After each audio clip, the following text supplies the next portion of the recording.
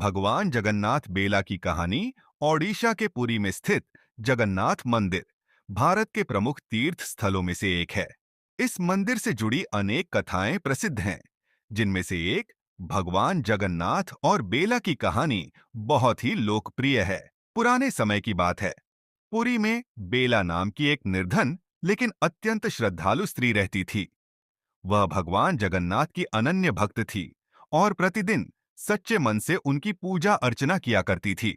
बेला का परिवार बहुत गरीब था, लेकिन फिर भी वह अपनी रोज की कमाई का एक हिस्सा भगवान के लिए अर्पित करने में कभी पीछे नहीं हटती थी।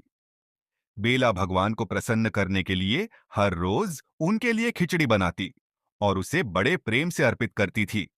वह मानती थी कि भगवान जगन्नाथ स्वयं आकर उसका भोग ग्रहण करते हैं। लेकिन मंदिर के पुजारी और अन्य लोग इस पर विश्वास नहीं करते थे। भगवान का परीक्षा लेना एक दिन पुजारी ने सोचा कि बेला की यह बात सत्य है या नहीं, इसे परखना चाहिए।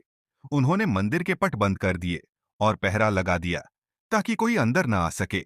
लेकिन अगले ही दिन जब उन्होंने मंदिर के गर्भगृह के भीतर भगवान के पास बेला द्वारा चढ़ाई गई खिचड़ी देखी तो वे चकित रह गए।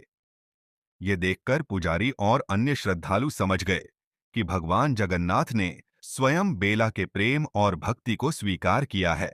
तभी से यह कथा प्रसिद्ध हो गई कि भगवान सच्चे भक्तों के प्रेम और श्रद्धा को ही सबसे अधिक महत्व देते हैं, न कि उनके द्वारा चढ़ाए गए महंगे भोग को। इस कथा से हमें यह शिक्षा मिलती है कि भगवान को खुश करने के लिए धन वैभव की आवश्यकता नहीं होती, बल्कि सच्ची भक्ति और प्रेम ही सर्वोपरि होता है। भगवान जगन्नाथ भक्तों की भावना को महत्व देते हैं, न कि उनकी भेंट की कीमत को। जय जगन्नाथ।